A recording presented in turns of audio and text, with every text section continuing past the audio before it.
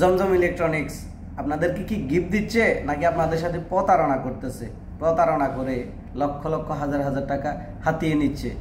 আপনাদেরকে সব কিছু খুলে বলতেছি, আগে দুইটা ভিডিও দেখেন, একদম সংক্ষেপে দুইটা ভিডিও, এই ভিডিও দুটোটা দেখেন। जी अस्सलाम वालेकुम, जमजम इलेक्ट्रॉनिक की तरफ से बात कर रहा हूँ। कैसे हैं सर? आपको मैसेज भेज के इन्फॉर्म किया गया, आपने फेसबुक पेज भी हमें लाइक किया है, फॉलो किया हुआ है। आपके लिए गिफ्ट है जमजम इलेक्ट्रॉनिक की तरफ से एक अल्ट्रा वॉच और एक आईफोन 14 प्रो मैक्स। लिहाजा आपको वीडियो के अंदर एक व्हाट्सएप नंबर दिया जा रहा है, व्हाट्सएप पे कॉन्टैक्ट कीजिएगा, कुरियर हेड ऑफिस का नंबर है, ठीक है। आप उनको बताएं कि सर बॉक्स नंबर 8 हमारा आया है, हमारा बॉक्स नंबर 8 हमारे तक पहुँचा दें। Thank you very much.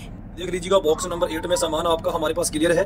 ये बांग्लादेश कंट्री में ही आपके होम एड्रेस पर आपको मिलेगा और इसका कस्टम चार्ज ये देख लीजिएगा 6000 रुपये जो भी आपको इसका सेंड मनी करना है, ये जमा करना है विकास नंबर नगद नंबर में। और बाकी लोगों का सामान यहाँ पर मेरे पास क्लियर पड़ा है, ये देख लीजिएगा तमाम लोगों का सामान है। ये देख लीजिएगा भैया, आपका जो गिफ्ट है ये देख लीजिएगा बॉक्स नंबर 8 में ये आपके होम एड्रेस पर।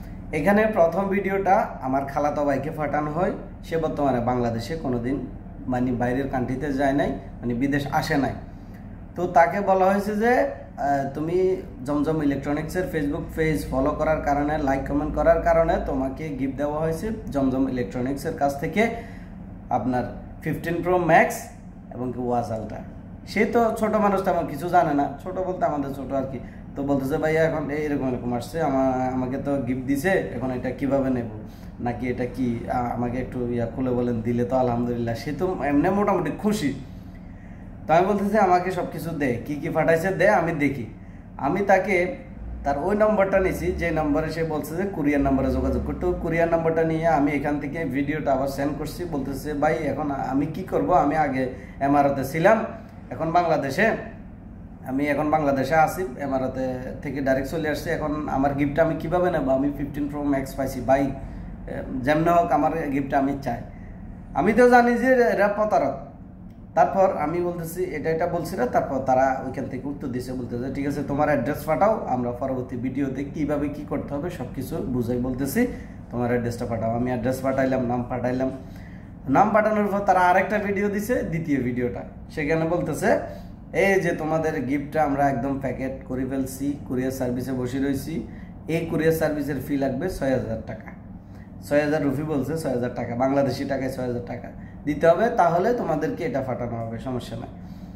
তা আমি বলতেছি ঠিক আছে আমি পাঠাই দেবো, তোমার ব্যাঙ্ক অ্যাকাউন্ট দাও, তোমার বা কোনো বিকাশ কিছু দাও, আমি যে পাঠাই দিই তাড়াতাড়ি পাঠাই দিই, আমার লাগবে ভাই। আমি জানি প্রতারক, যেই কারণে এইভাবে কথা বলতেছি। তারপর বলতেছে তোমার নগদ বা বিকাশ অ্যাকাউন্ট আছে? আমি বলতেছি যে হ্যাঁ আমার দোনোটাই আছে, কোনটাতে পাঠাতে হবে শুধু এটা বলেন। এটা বলার পর বলতেছে আমি একটা নম্বর দিয়ে দিচ্ছি, তোমার টাকা পাঠাইতে কতক্ষণ লাগবে?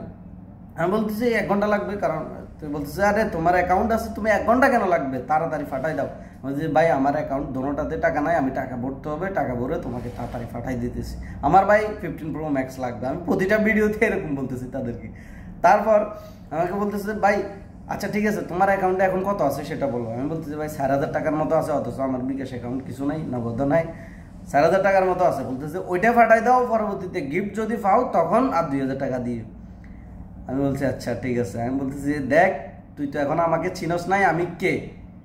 তোর বাপ দাদা 14 গোষ্ঠী সবাইকে পাকিস্তান থেকে ধরে এনে এখানে বিচার করাবো, তুই আমাকে চিনস নাই বাঞ্চত, তোকে পাকিস্তান থেকে ধরে আনবো, এরকম বলে যখন আমি তাকে একটু ধমক টমক দিলাম, বলতে যে তুই এখানে ক্রাইম করতেছস না, তুই যে পাকিস্তানি, তুই যে এখানে ক্রাইম করতেছস এটা আমি ভালো করে জানি, এরকম যখন বলছি, আমার পাশে একজন মানুষ ছিল, সে আরবি খুব ভালো জানে, তাকে তুই একটা ভয়েস দিয়েছি, এ আর কোনো উত্তরও দেয় নাই।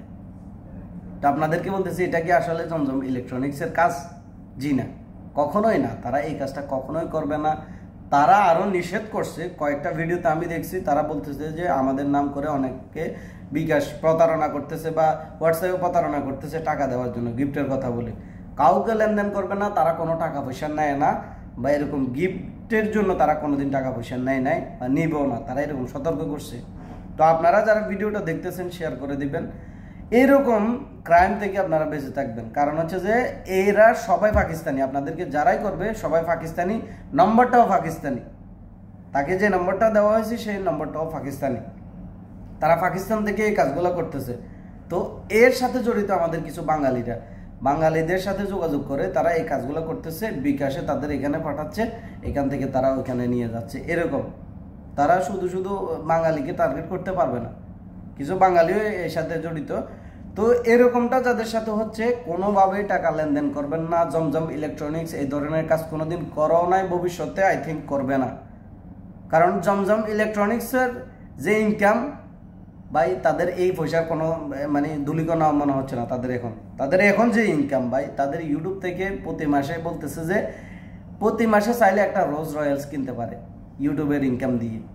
তো তাদের আর কি লাগে ভাই, শুধু ইউটিউবের ইনকাম না, তাদের যে বিজনেস দাঁড় করাইছে এখানে এরকম কয়েক হাজার দিরহাম তাদের কিছু আসে যায় না। এই কারণে বলতেছি যারা এই ভিডিওটা দেখতেছেন সতর্ক হবেন, কেউ এরকম ভিডিওতে লেনদেন করবেন না। ভিডিওর ইয়াতে যারা আপনাদের কাছে টাকা চাইবে তাদের সাথে লেনদেন করবেন না।